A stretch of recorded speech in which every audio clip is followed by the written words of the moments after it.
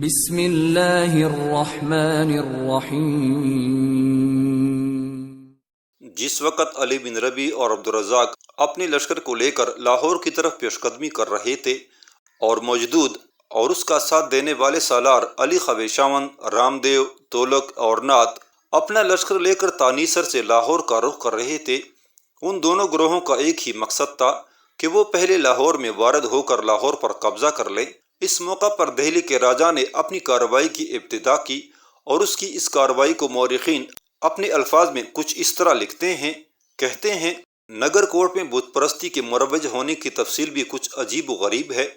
دہلی کے راجا نے دیکھا کہ غزنی سلطنت کی بنیادیں متزلزل ہو گئی ہیں اور حکومت میں تنزلی اور پستی کے آثار نمودار ہو گئے ہیں، تو اس نے ایک محتسب براہمن کے مشورے سے یہ چال چلی کہ ایک روز صبح کے وقت وہ اپنے تمام امیروں وزیروں کو جمع کر کے ان سے کہا، کل خواب میں نگر کوٹ کے بت نے مجھے ایک ہدایت کی ہے، میں چاہتا ہوں کہ وہ میں تمہیں بتا دوں۔ ہمارے معبود نے یہ فرمایا ہے کہ اب تک میں غزنی میں رہتا تھا، وہاں رہنے سے میرا مقصد یہ تھا کہ مسلمانوں کو تباہ و برباد کروں اور غزنی سلطنت کو کمزور کر دوں۔ میں اپنا مقصد پورا کر چکا ہوں اور اب میں چاہتا ہوں کہ اپنے مرکز میں واپس آ جاؤں اور اپنے پرستاروں کو پرستاران خدا پر غالب کر دوں۔ میرے بندوں کا یہ فرض ہے کہ وہ مجھے اپنے پاس سمجھیں اور مسلمانوں کے مقابلے میں جان کی بازی لگا دیں، پھر میری مدد پر بھروسہ کریں اور تمام علاقوں کو مسلمانوں کے قبضے سے نکال لیں۔ مورخین مزید کہتے ہیں کہ راجا کی اس تقریر نے حاضرین کے دل پر بہت اثر کیا اور سب نے مسلمانوں سے جنگ کرنے کا پکا ارادہ کیا۔ اس سلسلے میں انہوں نے ایک عیش و طرب کا جشن بھی منعقد کیا اور ہندوؤں نے اس دن کو ایک بہت بڑے تہوار کی طرح ہنسی خوشی بسر کیا۔ راجہ دہلی نے اپنی مشیر کو اپنا ہم خیال بنایا تو اس نے ایک نئی چال چلی۔ اس نے فوراً چند قابل اعتبار سنگ تراشوں کو بلایا اور انہیں ایک ایسا بت بنانے کی ہدایت کی جو ہو بہو نگر کوٹ کے بت سے ملتا ہو۔ سنگ تراشوں نے اپنا کام شروع کر دیا اور جلد ہی ایک بت تیار کر لیا جو شکل و صورت کے لحاظ سے نگر کوٹ کے بت سے ملتا جلتا تھا۔ مورخین مزید کہتے ہیں کہ دہلی کا راجا اس بت کو لے کر دوسرے ہندو راجاؤں کے ساتھ پہلی ہانسی اور تانیسر کی فتح کے لیے نکلا، کیونکہ یہ دونوں علاقے خالی تھے۔ مجدود تانیسر کو خالی کر کے جا چکا تھا، لہٰذا دہلی کے راجا نے اس پر قبضہ کر لیا، ساتھ ہی ہانسی پر بھی اپنی گرفت کر لی۔ اس کے بعد نگر کوٹ پہنچا۔ چنانچہ نگر کوٹ پہنچ کر دہلی کا راجا قلعے کے ایک طرف مقیم ہو گیا۔ اسی دن رات کے وقت راجا نے اپنے برہمن مشیر اور چالاک ساتھی کے حوالے وہ بت کیا اور اس سے کہا کہ اسے باغ میں کسی مناسب جگہ نصب کر دو۔ اس برہمن نے راجا کے حکم کی تعمیل کی اور اس نو تراشیدہ بت کو باغ میں ایک ایسی جگہ نصب کر دیا جہاں پر آنے والے کی نظر پڑتی تھی اور خود لوگوں کی نظریں بچا کر واپس آ گیا۔ صبح مالی جب اپنا کام کرنے باغ میں گئے تو انہوں نے بت کو دیکھا۔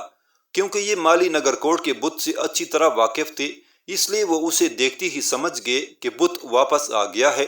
ان سب کو اس کی بے انتہا خوشی ہوئی اور انہوں نے ایک دوسرے سے گلے مل کر نعرے لگا کر اس خوشی کا اظہار کیا۔ مورخین اضافہ کرتے ہوئے مزید کہتے ہیں کہ مالیوں نے اس واقعے کی خبر راجا کے لشکر تک پہنچائی۔ جب لشکریوں کو اس خبر کی اطلاع ہوئی تو انہوں نے بے انتہا خوشی کا اظہار کیا اور مورخین لکھتے ہیں کہ انہوں نے خوشی کے نعرے لگا لگا کر آسمان کو سر پر اٹھا لیا۔ مورخین مزید کہتے ہیں کہ جب دہلی کے راجا نے دیکھا کہ سیدھے سادے لشکری اس کے دھوکے میں آ گئے ہیں تو ان کی اس یقین کو اور بھی مستحکم کرنے کے لیے وہ اپنے بیٹوں، رشتہ داروں اور معززین کی طرف متوجہ ہوا اور انہیں بھی دہلی سے نگر کوٹ بلا لیا۔ چنانچہ ان کی آمد سے پہلے راجا اپنے ان امراء اور سالاروں کے ساتھ جو لشکر میں موجود تھے ننگے پاؤں باغ کی طرف دوڑتا ہوا گیا۔ باغ میں پہنچ کر راجا نے بڑے والہانہ انداز میں اپنا سر بت کے پاؤں میں رکھ دیا اور اپنے عقیدے اور بساط کے مطابق نظر چڑھا کر باغ سے باہر آیا۔ اس نے باہر آ کر اپنی رعایا سے کہا، چونکہ ہمارا معبود غزنی سے ہندوستان کا سفر ایک ہی رات میں طے کر کے آیا ہے، اس لیے سفر کی تکان کی وجہ سے چور چور ہے، لہٰذا آج تو وہ تمام دن آرام کرے گا اور کل اپنے تمام پرستاروں کو شرفیابی عطا کرے گا۔ سارے لوگوں نے راجا کی اس بات کا یقین کیا اور حسب استطاعت نظر چڑھا کر اور منتیں مان کر اپنی اپنی قیام گاہوں کی طرف لوٹے۔ دوسرے دن تمام ہندو لشکری اور عام لوگ اپنے معبود کی سرکار میں پہنچے اور انہوں نے اس بت پر اس قدر سونا چاندی اور جواہرات چڑھائے کہ غالباً سلطان محمود غزنوی کی روح بے چین ہو کر غزنی سے ہندوستان کی طرف آ گئی ہوگی۔ راجہ دہلی کا وہ چالاک برہمن بدھ کے پاس کھڑا رہا۔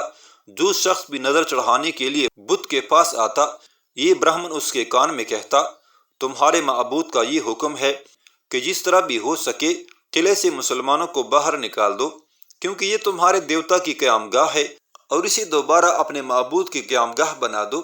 ہندو میں ہر شخص نے اس حکم کو سن کر یہ اقرار کیا کہ وہ قلعے کو مسلمانوں کے قبضے سے نکالنے کی پوری کوشش کریں گے، اور یہ بھی عہد کیا کہ مسلمانوں سے جی توڑ کر لڑیں گے۔ اس کے بعد تمام ہندو لشکریوں نے آپس میں مل کر پوری شدت کے ساتھ قلعے کا محاصرہ کر لیا۔ اس موقع پر نگرکوٹ کے مسلمانوں نے اپنے تیز رفتار قاصد لاہور کی طرف بھجوائے۔ لاہور سے انہوں نے دہلی کے راجہ کے خلاف مدد طلب کی، لیکن لاہور کی حالت اس وقت ایسی نہ تھی کہ وہ مدد کو پہنچتے۔ لاہور میں اس وقت امیر ایاز تھا، لیکن وہ بے بس اور مجبور تھا، اس لیے کہ ایک طرف سے علی بن ربیع اور عبدالرزاق اپنے لشکر کو لے کر بڑی تیزی اور برق رفتاری سے لاہور کا رخ کر رہے تھے، تو دوسری طرف سے مجدود اپنے لشکر کے ساتھ تانیسر سے لاہور کا رخ کیے ہوئے تھا، لہٰذا وہ نگرکوٹ والوں کے لیے کچھ نہ کر سکا۔ نگرکوٹ فتح ہو گیا اور لوٹے پٹے مسلمان نگرکوٹ سے نکل کر لاہور کی طرف روانہ ہو گئے۔ مورخین لکھتے ہیں کہ مسلمانوں کی روانگی کے بعد دہلی کے راجہ نے سلطان محمود غزنوی کے ڈھائے ہوئے مندر کو مرمت کروایا اور اس بت کو اصل جگہ پر نصب کر کے بت پرستی کا بول بالا کیا۔ نگرکوٹ کی فتح کی خبر کے ساتھ بت کی واپسی کا من گھڑت قصہ بھی بہت مشہور ہوا، اور آس پاس کے ہندو ریاستوں کے حکمران بڑے خوش ہوتے اور نگرکوٹ جا کر بت کی زیارت کرنے لگے۔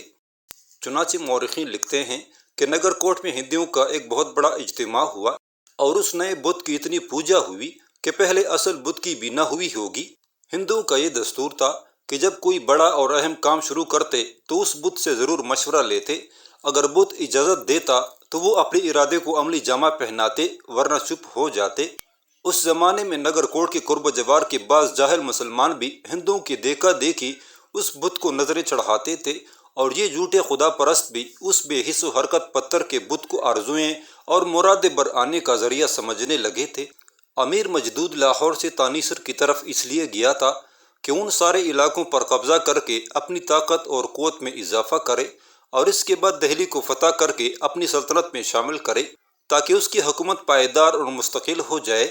چنانچہ اسے جب خبر ہوئی کہ علی بن ربیع اور عبدالرزاق ایک لشکر لے کر لاہور کا رخ کر رہے ہیں، تو وہ اپنے اس لشکر کے ساتھ حرکت میں آیا جو اس نے پہلے سے تیار کر رکھا تھا، چنانچہ لاہور کی طرف روانہ ہوا۔ مجدود کی خوش قسمتی کہ وہ علی بن ربیع اور عبدالرزاق سے پہلے لاہور پہنچ گیا اور قلعے پر اس نے قبضہ کر لیا۔ علی بن ربیع اور عبدالرزاق کے پاس کوئی بڑا لشکر نہیں تھا، جبکہ ان کے مقابلے میں مجدود کے پاس ایک جرار اور بہت بڑا لشکر تھا، لیکن مورخین لکھتے ہیں کہ دونوں لشکر آپس میں ٹکرا نہ سکے، اس لیے کہ علی بن ربیع اور عبدالرزاق کے حق میں قسمت نے ایسا پلٹا کھایا کہ عید الاضحیٰ کا موقع آ گیا، اور عید الاضحیٰ کے روز ہی صبح کے وقت امیر مجدود اپنے بستر پر مردہ پایا گیا۔ مورخین لکھتے ہیں کہ مجدود کی اس ناگہانی موت کا کوئی ظاہری سبب معلوم نہ ہو سکا، اور سوائے دست و قضا کے کوئی دنیاوی ہاتھ اس فعل کا مرتکب نظر نہ آیا۔ مجدود کے انتقال کے تھوڑے دن بعد ایاز بھی فوت ہو گیا۔ اس طرح مسلمانوں کے دونوں لشکریوں کے درمیان لڑائی ٹل گئی۔ لاہور کا نیا والی مقرر کیا گیا، جبکہ علی بن ربیع اور عبدالرزاق نے اپنے لشکر کے ساتھ لاہور شہر سے باہر پڑاؤ کر لیا تھا۔ مجدود کا جو لشکر تھا اس نے چونکہ اطاعت قبول کر لی تھی، لہٰذا لاہور میں امن ہو گیا۔ اب علی بن ربیع نے اپنے آدمیوں کو تولک، نعت، رام دیو اور علی خاویشاون کی تلاش میں لگا دیا تھا۔ لاہور کے نواح میں قیام ہی کے دوران علی بن ربیع کو اس کے مخبروں نے یہ اطلاع دی کہ دہلی سے ایک بہت بڑا قافلہ، جس میں دہلی کے راجہ کے عزیز و اقارب، اس کے رشتہ دار، اس کی بیوی، اس کے گھر والے ایک لشکر کے ساتھ دہلی سے نگرکوٹ کا رخ کر گئے ہیں۔ چنانچہ نعت، تولک، رام دیو اور علی خاویشاون اسی لشکر میں شامل ہو کر نگرکوٹ کا رخ کرنے کا تہیہ کیے ہوئے ہیں، چنانچہ وہ اپنی جانیں بچا کر بھاگ گئے ہیں۔ ایک روز علی بن ربیع اور عبدالرزاق ایک ہی خیمے میں بیٹھے ہوئے تھے کہ علی بن ربیع عبدالرزاق کو مخاطب کر کے کہنے لگا، عبدالرزاق میرے بھائی، نگرکوٹ کا مسلمانوں کے ہاتھ سے نکل جانا ایک بہت بڑی بدقسمتی ہے، اور یہ سب کچھ مسلمانوں کی نا اتفاقی اور آپس کی لڑائیوں کی وجہ سے ہوا، ورنہ نگرکوٹ ایک طرح سے مسلمانوں کا مرکز بن چکا تھا۔ میرے بھائی ناتھ، تولک، رام دیو اور علی خویشاون چاروں سلطان مسعود کے قاتل ہیں۔ ان کو تلاش کر کے ان کے جرم کی سزا دینا ہم پر فرض بنتا ہے، لہٰذا میں نے یہ ارادہ کیا ہے کہ اپنے لشکر کو صرف ایک دن یہاں سستانے کا موقع فراہم کیا جائے گا۔ ابھی تھوڑی دیر تک میں اپنے کچھ مخبروں کو روانہ کر رہا ہوں جو دہلی سے روانہ ہونے والی دہلی کے راجہ کے اس لشکر کے محل وقوع سے ہمیں آگاہ کریں گے جس میں راجہ کے اہل خانہ کے علاوہ دہلی کے امراء نگر کوٹ کا رخ کر رہے ہیں، تاکہ نگر کوٹ کی فتح پر نگر کوٹ پہنچ کر وہاں کی خوشیوں میں شامل ہوں، اور یہ چاروں قاتل بھی اسی لشکر میں شامل ہو کر نگر کوٹ کا رخ کریں گے۔ میں چاہتا ہوں اس لشکر پر حملہ آور ہوں جس میں شامل ہونے کے لیے یہ چاروں گئے ہیں، اور انہیں پکڑ کر انہیں ان کے انجام تک پہنچایا جائے۔ عبدالرزاق نے علی بن ربیع کی اس تجویز سے اتفاق کیا تھا۔ علی بن ربیع کے کہنے پر عبدالرزاق اٹھ کھڑا ہوا۔ دونوں نے اپنے کچھ مخبروں کو راجہ کے اس لشکر پر نگاہ رکھنے کے لیے روانہ کر دیا تھا۔ دوبارہ آ کر وہ اپنے خیمے میں بیٹھے ہی تھے کہ دروازے پر کوئی کنکارا۔ علی بن ربیع نے جب باہر دیکھا تو اس کے 3 مخبر دروازے پر کھڑے تھے۔ علی بن ربیع نے انہیں اندر آنے کے لیے کہا۔ وہ اداس، افسردہ، پریشان اور بکھرے بکھرے سے تھے۔ ان کی یہ حالت دیکھتے ہوئے علی بن ربیع اور عبدالرزاق دونوں پریشان ہو گئے تھے۔ کچھ دیر تک علی بن ربیع ان کی طرف بڑے غور سے دیکھتا رہا، پھر خدشات بھری آواز میں اس نے ان تینوں کی طرف دیکھتے ہوئے انہیں مخاطب کیا۔ میرے ساتھیوں، تم تینوں کے چہرے بتاتے ہیں کہ تم تینوں ہمارے لیے کوئی اچھی نہیں بلکہ انتہائی بری خبر لے کر آئے ہو۔ دیکھو، دیر نہ کرو، خبر جیسی بھی ہے ہم اسے سننے کا حوصلہ رکھتے ہیں۔ بولو، کیا معاملہ ہے؟ اس پر ایک مخبر بولا، امیر، ہمارے ساتھ ایک بہت بڑا اور ہولناک واقعہ ہو گیا ہے۔ ابو نصر اپنے جس قافلے کو لے کر غزنی کی طرف روانہ ہوا تھا، جس میں آپ کے اور عبدالرزاق کے علاوہ لشکر کی دوسری عورتیں بھی شامل تھیں، ان پر حملہ کیا گیا ہے۔ ساری عورتوں، بچوں تک کو تہہ تیغ کر دیا گیا، اور ابو نصر بچے کوچے لشکریوں کو لے کر غزنی کی طرف جانے میں کامیاب ہوا۔ یہاں تک کہنے کے بعد وہ مخبر رکا، پھر علی بن ربیع کی طرف دیکھتے ہوئے کہنے لگا، امیر، آپ کی بیوی کا بھائی روبیل، اس کی بیوی عبدالرزاق کی بیوی کے علاوہ باقی ساری عورتیں اس حملے میں ماری جا چکی ہیں۔ یہ ہولناک خبر سن کر کچھ دیر تک خیمے میں کاٹ کھانے والی خاموشی رہی۔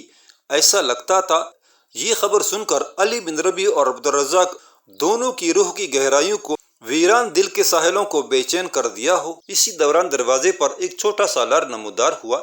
اسے دیکھتے ہی علی بن ربیع اور عبدالرزاق دونوں سنبھل گئے۔ ہاتھ کے اشارے سے علی بن ربیع نے اسے اندر آنے کے لیے کہا۔ وہ آگے بڑھا اور علی بن ربیع کے سامنے بیٹھ گیا، یہاں تک کہ علی بن ربیع نے اسے مخاطب کیا، میرے عزیز، کیا بات ہے؟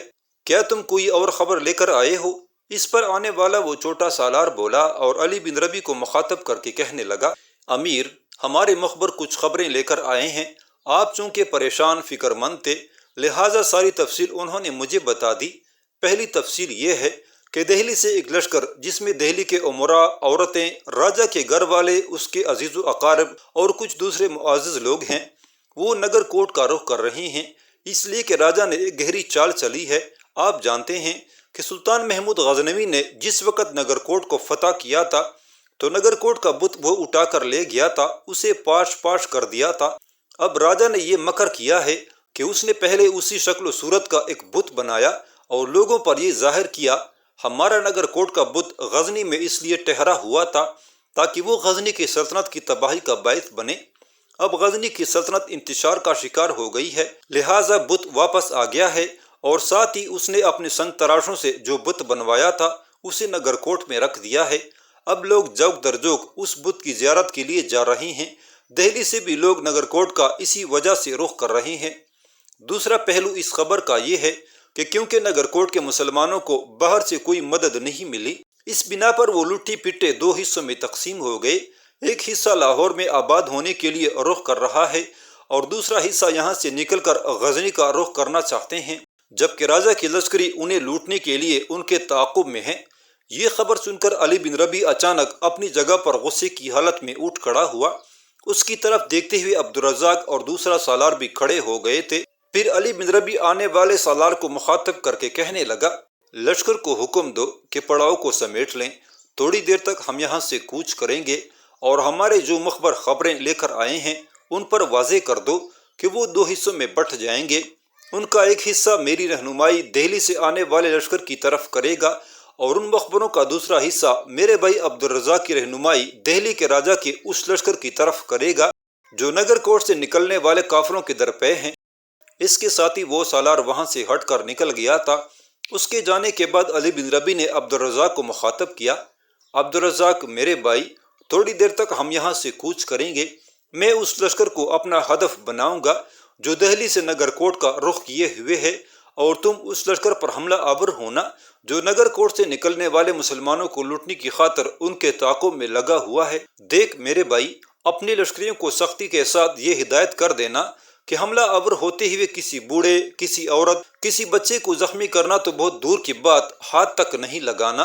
جس لشکر پر تم حملہ آور ہوگے، میرے خیال میں اس میں نہ کوئی بوڑھا ہوگا، نہ کوئی بچہ، نہ کوئی عورت، اور جو لشکر دہلی سے آ رہا ہے جو میرا ہدف بنے گا، مجھے امید ہے کہ اس میں بوڑھے، عورتیں اور بچے سب ہی شامل ہوں گے۔ اب آؤ اپنی تیاری کو آخری شکل دیں تاکہ فوراً یہاں سے کوچ کریں۔ عبدالرزاق نے اس سے اتفاق کیا تھا۔ پھر تھوڑی دیر بعد علی بن ربیع اور عبدالرزاق نے لشکر کو 2 حصوں میں تقسیم کرنے کے بعد وہاں سے کوچ کر لیا تھا۔ علی بن ربیع اور عبدالرزاق دونوں بگولوں کی طرح آگے بڑھے۔ سب سے پہلے علی بن ربیع نے دہلی سے آنے والے لشکر کو جا لیا، اور پھر ان کے قریب جاتے ہی اس نے بڑے ہولناک انداز میں تکبیریں بلند کی اور دہلی کے لشکر پر حملہ آور ہو گیا تھا۔ دوسری طرف یہی کام عبدالرزاق نے بھی کیا۔ وہ بھی نگر کوٹ کے اس لشکر پر جو مسلمانوں کے تعاقب میں تھا محرومیت طاری کرتے بنجر لمحوں کی یورش کی طرح ٹوٹ پڑا۔ لمحوں کے اندر اس نے نگر کوٹ کے لشکر کو بدترین شکست دی، اور وہ شکست خوردہ لشکر نگر کوٹ کی طرف بھاگ گیا۔ چنانچہ جو مسلمان نگر کوٹ سے نکلے تھے وہ ایک جگہ رک گئے۔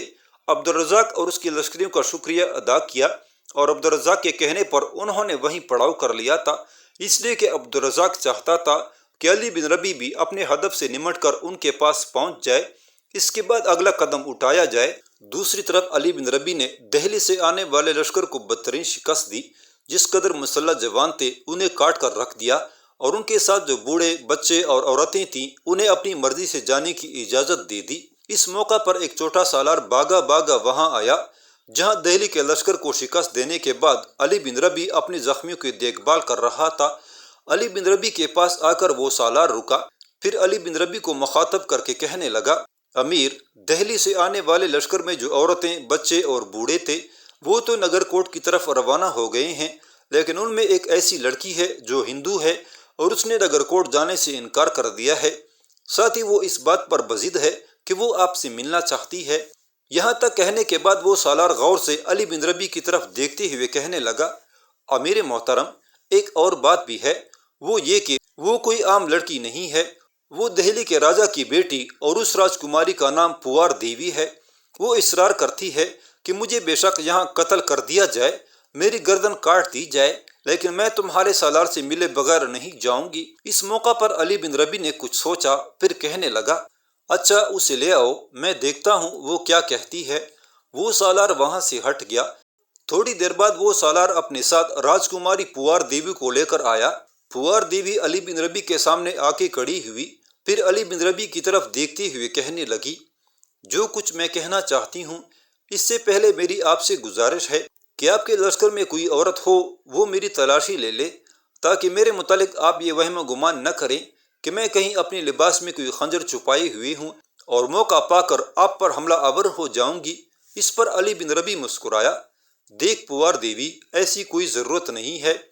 اول تو ہمارے لشکر میں کوئی عورت ہے ہی نہیں، دوسرے یہ کہ جس انداز میں تم گفتگو کر رہی ہو اس سے میں اندازہ لگاتا ہوں کہ تم چھپ کر حملہ آور ہونے کے لیے نہیں آئی ہو۔ بس یہ بتاؤ کہ تم کس مقصد کے تحت مجھ سے ملنا چاہتی ہو؟ علی بن ربیع کے اس سوال کے جواب میں کسی قدر خوشی اور طمانینت کا اظہار کرتے ہوئے پوار دیوی کہنے لگی، مسلمانوں کی امیر، میں نے دہلی میں قیام کے دوران بہت سے مذاہب کا مطالعہ کر رکھا ہے، اس میں کوئی شک نہیں کہ میرا تعلق ہندو دھرم سے ہے، لیکن میں اب اس دھرم سے بیزار ہوں۔